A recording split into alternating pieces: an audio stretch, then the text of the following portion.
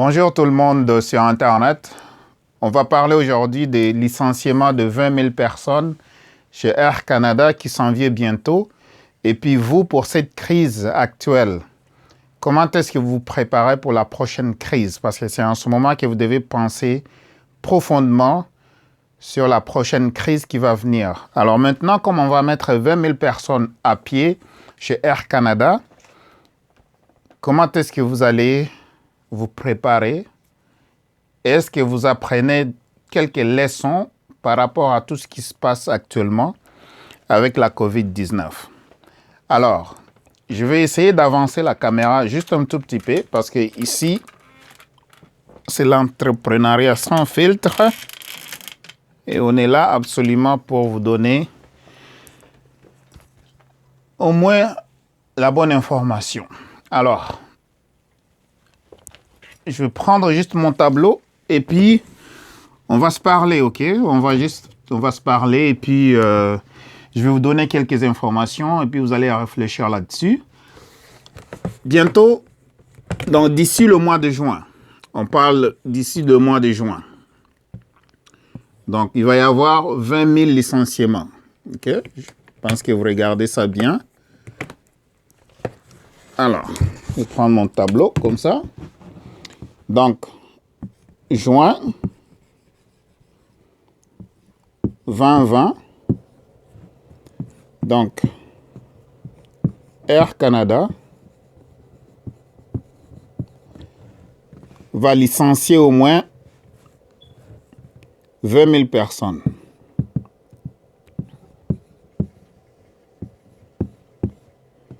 Donc, ces 20 000 personnes là vont perdre des dollars, ils vont perdre l'argent. Perdre. OK? «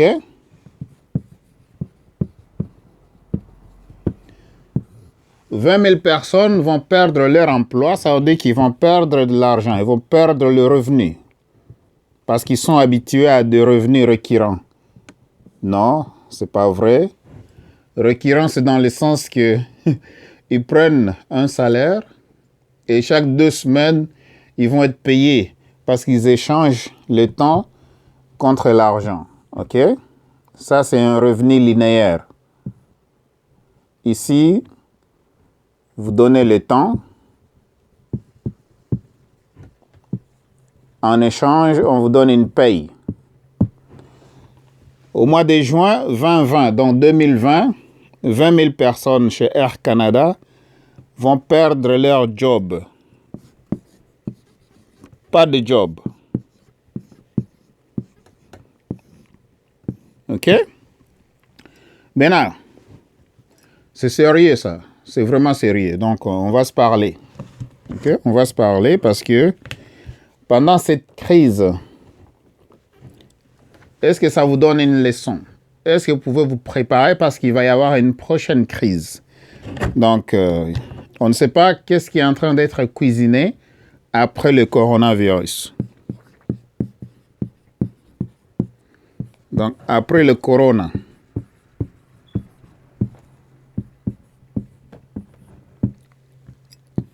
C'est quoi d'autre?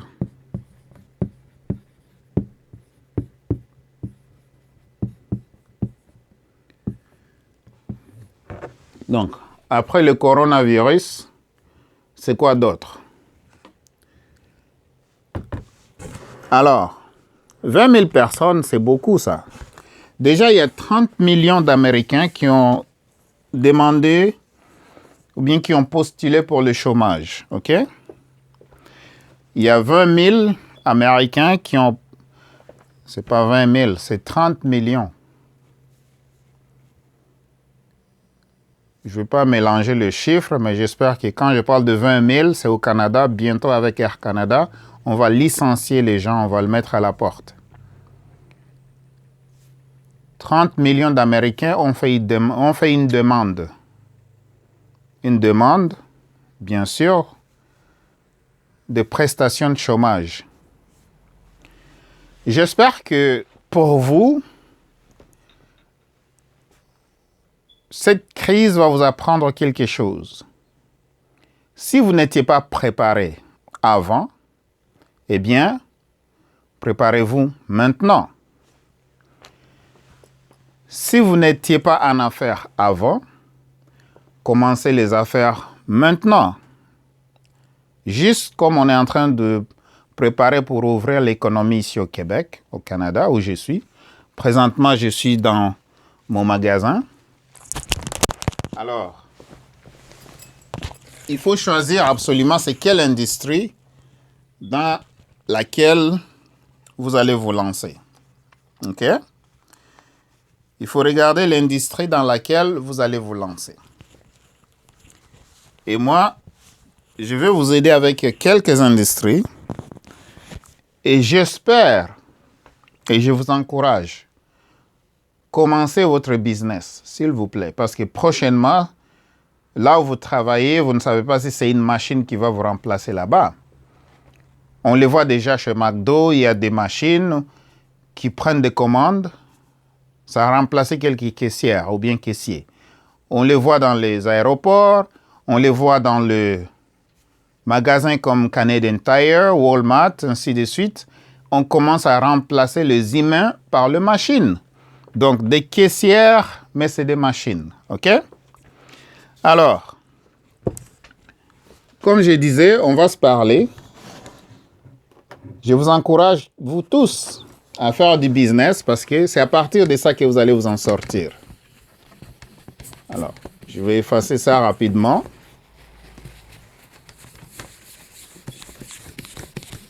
Et puis, je vais vous donner les industries dans lesquelles vous allez vous lancer.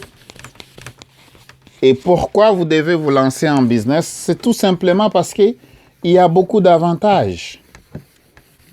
Il y a beaucoup d'avantages. Premièrement, vous devenez votre propre boss directement. Avantage numéro 1. OK?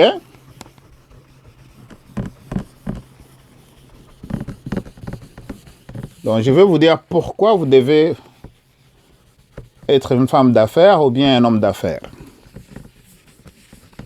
Donc, suivez cette vidéo attentivement parce que on va se parler et puis il y a la réalité qui s'installe. Okay? Si vous êtes immigrant, vous êtes venu ici au Canada, vous devez entreprendre. Vous êtes arrivé ici, vous avez trouvé que les Québécois, c'est des peuples qui entreprennent. Okay? Des compagnies comme la famille Desmarais, des compagnies comme la famille Bombardier, des compagnies comme la famille Winners, ainsi de suite. Donc ça, c'est des gens qui sont là, la famille Jean Coutu. Donc, les Québécois entreprennent. Alors, toi, quand tu es immigrant, tu arrives ici, tu veux aller t'éterniser à l'école. C'est pas mauvais d'aller à l'école, mais à un certain moment, il doit y avoir des limites parce que tu dois absolument travailler. Tu dois commencer à bâtir ton propre futur, mettre l'argent de côté pour ta retraite. Ici, on parle de la retraite. De là où tu viens, de ton pays, si c'est en Afrique, moi je vais parler plus précisément de mon pays, le Congo RDC.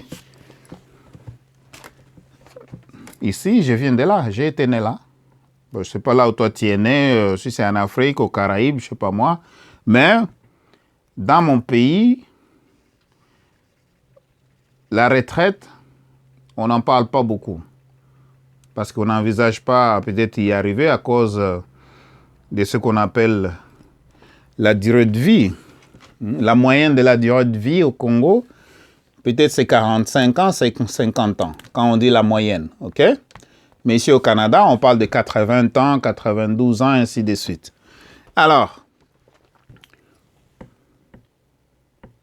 on est dans la crise. Actuellement, on est dans la crise. Le coronavirus a mis par terre beaucoup d'industries, OK? Alors, et même maintenant, le Premier ministre Justin Trudeau du Canada, là où j'habite, est en train de penser comment est-ce qu'il peut aider l'industrie aéronautique, OK? L'industrie aéronautique est en trouble. Maintenant, ça c'est le business. Ça c'est ton travail.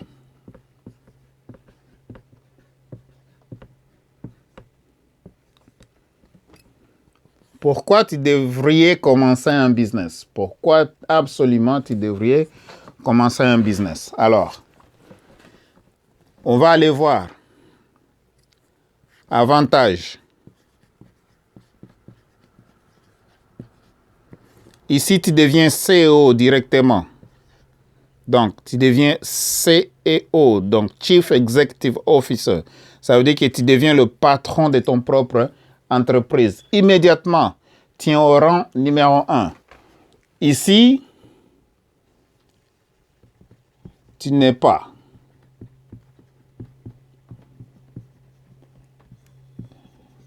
Tu n'es pas CEO et tu ne seras jamais CEO de cette entreprise-là. Ici, tu ne seras jamais. Ici, tu deviens automatiquement. Ici, tu prends des décisions. Prendre des décisions.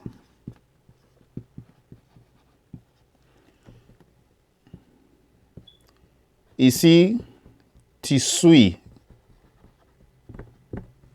les décisions. Tu es un suiveur ici.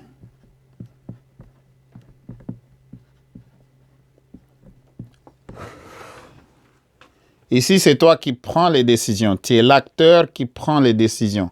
Ici, tu suis les décisions. Tu vois déjà la différence. Ici, il y a des avantages fiscaux. Alors, on va parler de fiscaux au pluriel. Il y a des avantages fiscaux ici. Ici, il n'y en a pas.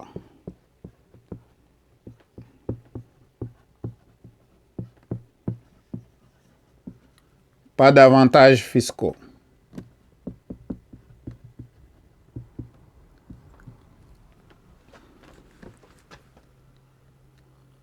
Donc, quand on a un business, on peut payer, admettons si on paye les taxes,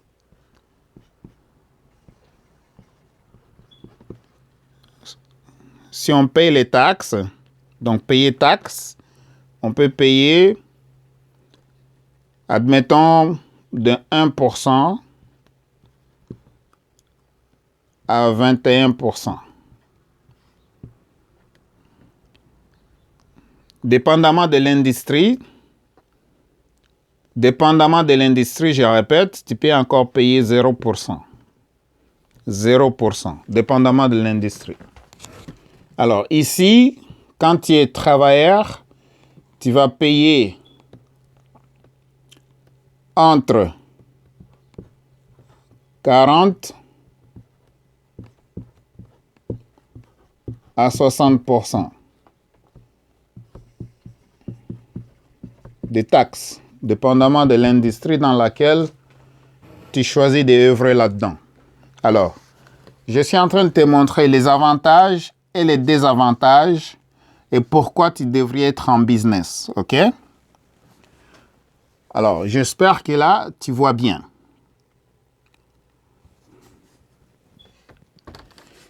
Donc, ici,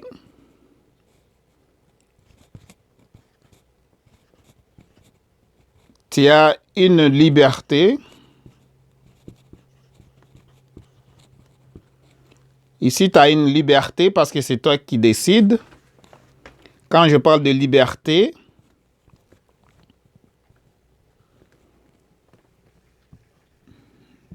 ici, pas de liberté.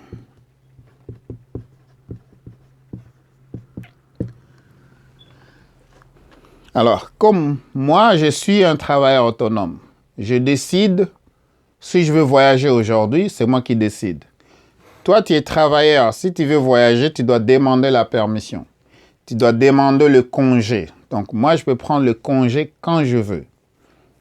Toi, tu es travailleur, tu peux prendre le congé seulement quand on te l'offre au travail.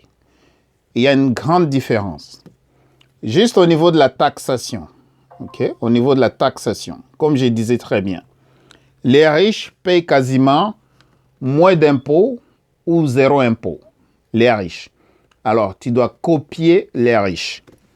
Ici, en tant qu'homme d'affaires, on peut copier On peut copier les riches. Alors, si tu veux savoir qu'est-ce que ça veut dire copier les riches, tu peux m'appeler. Et puis, on va discuter entre moi et vous. Et puis, je vais vous montrer les avantages.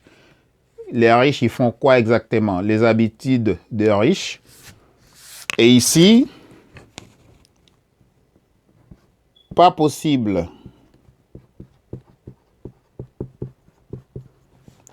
Pas possible de copier les riches.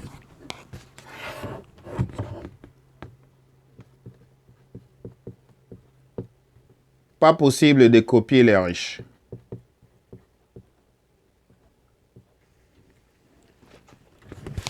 Voilà. Pas possible de copier les riches. OK? Admettons, quand je parlais des taxes, si moi j'ai un $100, donc sur le $100,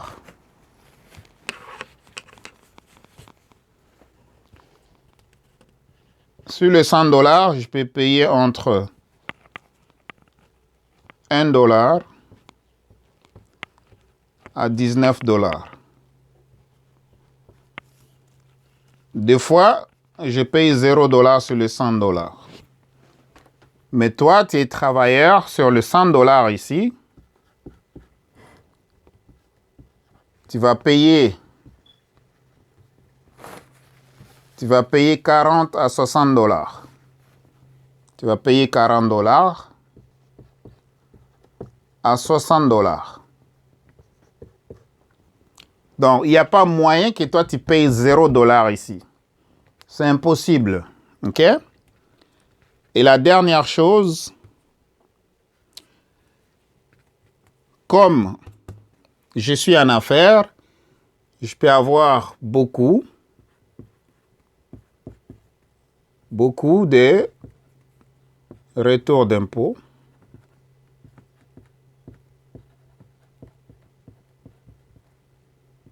Je peux avoir beaucoup de retours d'impôts. Mais toi, tu payes plus. Donc, peu de retours. Ou payer plus.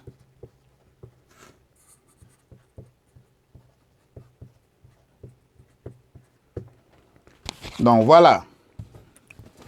Je suis en train de te montrer la différence, pourquoi tu dois être en affaires et pourquoi absolument tu devrais prendre soin de tes finances.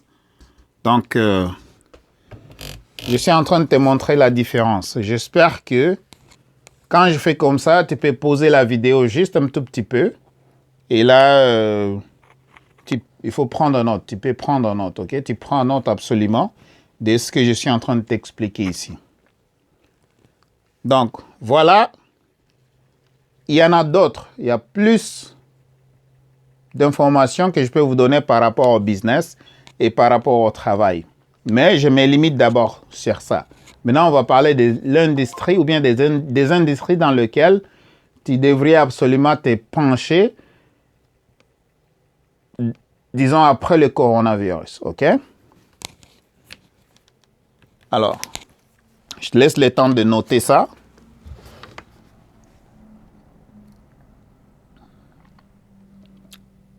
Tu peux prendre une note, c'est super important.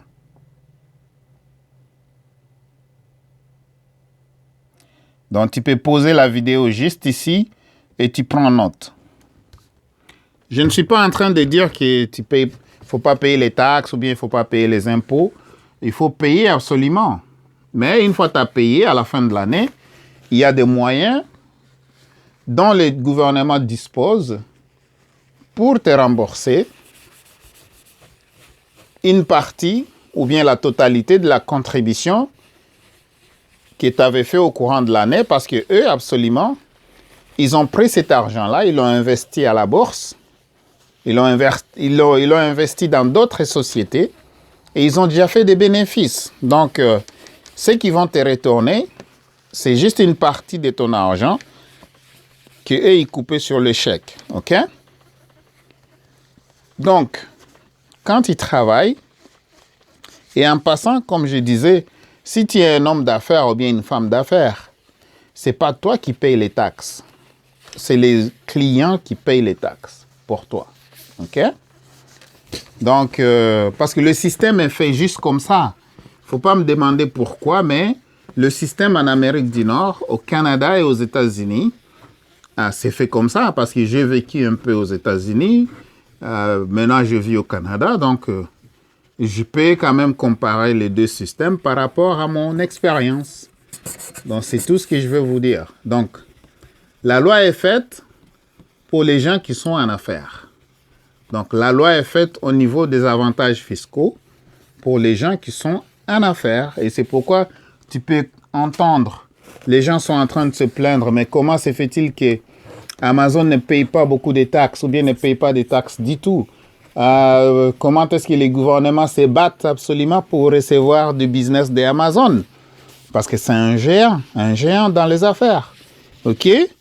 Alors, toi, tu es frappé par le coronavirus. Tu n'arrives pas à aller au travail. Tu n'arrives pas à voir tes enfants, à les amener à l'école. OK? Tu es stagné à la maison, tu passes tout ce temps, tu lis même pas le livre. Quelle honte! OK?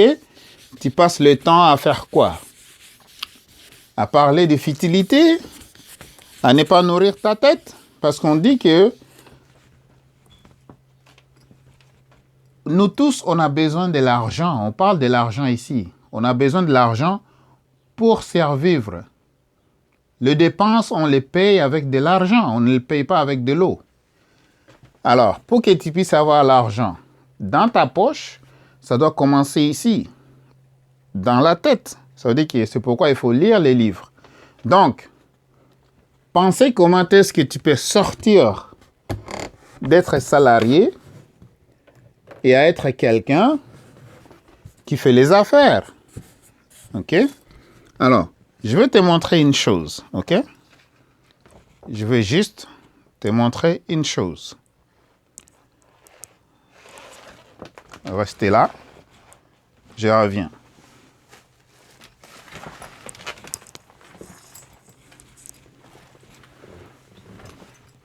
Ça prend pas beaucoup de temps, c'est juste une seconde.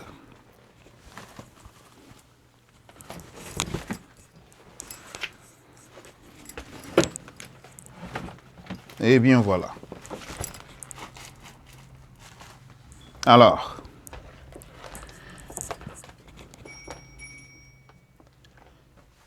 vers la fin de cette vidéo, je vais tourner la caméra. Vous allez voir que je suis dans mon business ici. OK? Je suis dans mon business. Bon, en fait, ce business ici, c'est un business familial. Ça fait 11 ans que ça existe. Et la fois passée, j'ai fait une vidéo pour vous expliquer que le chemin le plus rapide pour avoir un $100, le chemin le plus rapide pour avoir un $100, c'est dans un business. OK? Je parle de $100 par jour. C'est le minimum. Si vous allez travailler, donc vous avez un $100, c'est un $100 peut-être partagé avec le gouvernement. Et moi, j'ai un $100, c'est un $100 dans le business. Donc, c'est 100% pour moi parce que les avantages fiscaux ne sont pas les mêmes. Alors, si vous voulez avoir, admettons, regardez ça, OK? Regardez bien. Si vous voulez avoir des briques comme ça, si vous voulez avoir des briques comme ça ne se passe pas au travail, OK? Ça ne se passe pas au travail. Donc, si vous voulez avoir des briques comme ça, moi je parle de briques, ça ne se passe pas au travail, ça se passe dans les affaires. Et quand j'encourage tout le monde à faire les affaires, c'est parce que nous, on est déjà là-dedans. On connaît comment ça fonctionne. Donc, la vente. La première chose, le premier raccourci pour faire beaucoup d'argent, c'est dans la vente. OK? Dans la vente. Et tout le monde peut le faire. Tout le monde peut apprendre à faire la vente. OK? C'est comme tu vas à l'école, Tu vas aller chercher un grand diplôme. Et d'ailleurs, dans les jours à venir, avec la technologie qui avance rapidement, je répète encore, dans les jours qui s'en viennent, avec la technologie qui avance super rapidement, je vous assure, avant de vous engager, on vous demandera toujours votre expérience. Le diplôme, là, ça va être chose du passé. Parce que ce n'est pas le diplôme qui donne de l'argent. Mais plutôt, l'employeur va te demander, c'est quoi ton expérience en marketing? C'est quoi ton expérience en vente? C'est quoi ton expérience en mécanique? C'est quoi ton expérience en maçonnerie? C'est quoi ton expérience en menuiserie? C'est quoi ton expérience en couture? Combien d'années tu as travaillé là-dedans? Donc, parce que les diplômes, ce qu'on enseigne à l'école, c'est les choses du passé. C'est l'ancienne école. Maintenant, ça évolue vite. Et les gens sont en train d'apprendre sur Internet.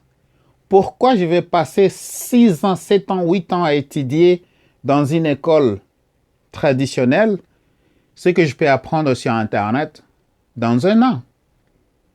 Il y a le raccourci des temps. Donc, la technologie nous permet de prendre le raccourci des temps. Des choses que tu faisais dans 8 ans, tu peux le faire maintenant pendant 1 an sur Internet. OK? On parle de la technologie. Donc, profitez de l'Internet. Et ce n'est pas pour rien que tu vois qu'il y a une guerre. Il y a une guerre de 5G. La technologie Internet la plus rapide, inventée par les Chinois, la 5G. Il y a une guerre avec la 5G, OK? Parce que ça va créer massivement beaucoup d'emplois et ça va aussi supprimer beaucoup d'emplois. Alors, est-ce que tu vas survivre? Toi, est-ce que tu vas survivre? Parce que, regardez, dans la crise d'aujourd'hui, il y a une chose intéressante qui se passe. Dans la crise d'aujourd'hui, je répète, l'argent, ça circule toujours, OK? N'importe quelle crise, l'argent circulera toujours. Mais il y aura des gagnants et des perdants. Alors, regardez. Ça, c'est la crise, OK? On est présentement dans la crise avec le coronavirus.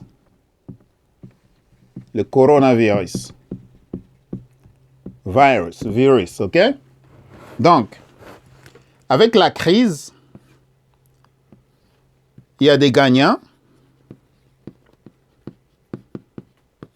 et il y a des perdants. Malgré qu'il y a des gagnants et des perdants, mais l'argent circule toujours. L'argent n'a pas arrêté de circuler.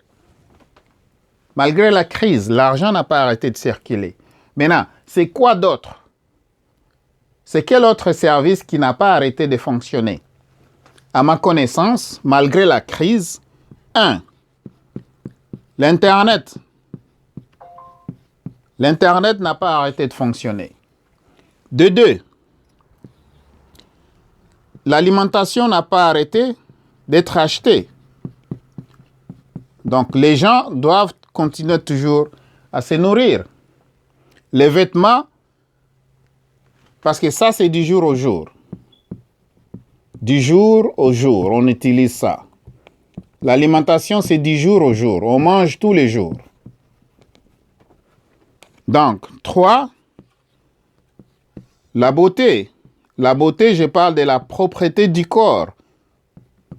On a continué à se laver, OK? Donc ici, on a continué à utiliser le savon. On peut manquer la crème, mais on met le savon, on va utiliser le savon pour se laver. On ne peut pas rester 30 jours sans se laver. OK? L'Internet n'a pas arrêté. 4e chose, ton cellulaire n'a pas arrêté de fonctionner. Malgré la crise, ton cellulaire n'a pas arrêté de fonctionner parce que tu as besoin de communiquer. OK? 5e,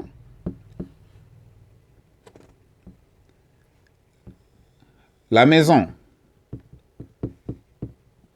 La maison, ça veut dire que tu as toujours besoin d'une place pour te coucher, pour dormir. C'est sûr que les hôtels ont perdu beaucoup de visiteurs. Mais toi, tu habites quelque part. Donc, l'habitation, ça c'est l'habitation. Les gens continuent toujours à habiter quelque part. Alors, j'essaie d'attirer ton attention parce que prochainement, si tu veux faire les affaires, regardez ces industries dans lesquelles tu devrais te lancer là. Donc, l'Internet n'a pas arrêté. L'alimentation n'a pas arrêté parce que les gens n'ont pas arrêté de manger.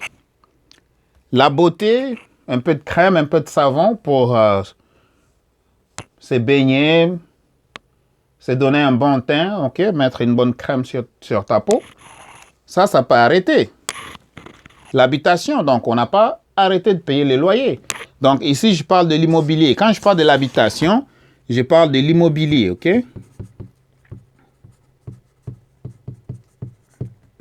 Donc, il y a 5 industries qui sont super importantes et qui n'ont pas arrêté de fonctionner. On parle de l'Internet. Donc, ici c'est la télécommunication. Numéro 1, number 1. Pour que Radio-Canada puisse vous envoyer des nouvelles, ils ont besoin de l'Internet pour fonctionner. Ils ont besoin de l'électricité pour fonctionner. Alors, ici, c'est électricité. Électricité. Donc, sans électricité, il n'y a rien qui fonctionne. Donc,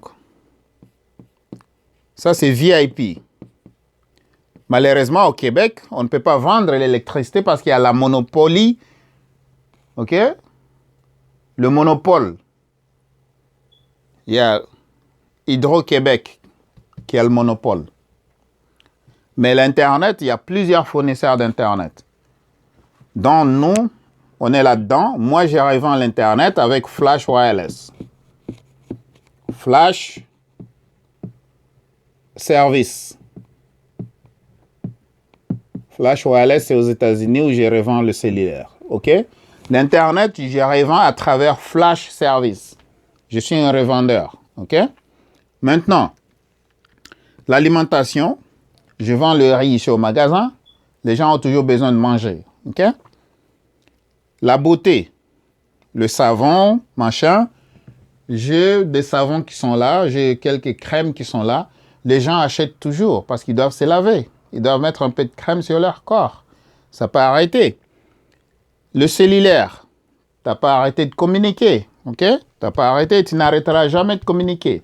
Donc, partout sur la planète, tu peux vendre des cartes SIM, tu peux vendre l'activation des cartes SIM, tu peux vendre des recharges, ainsi de suite.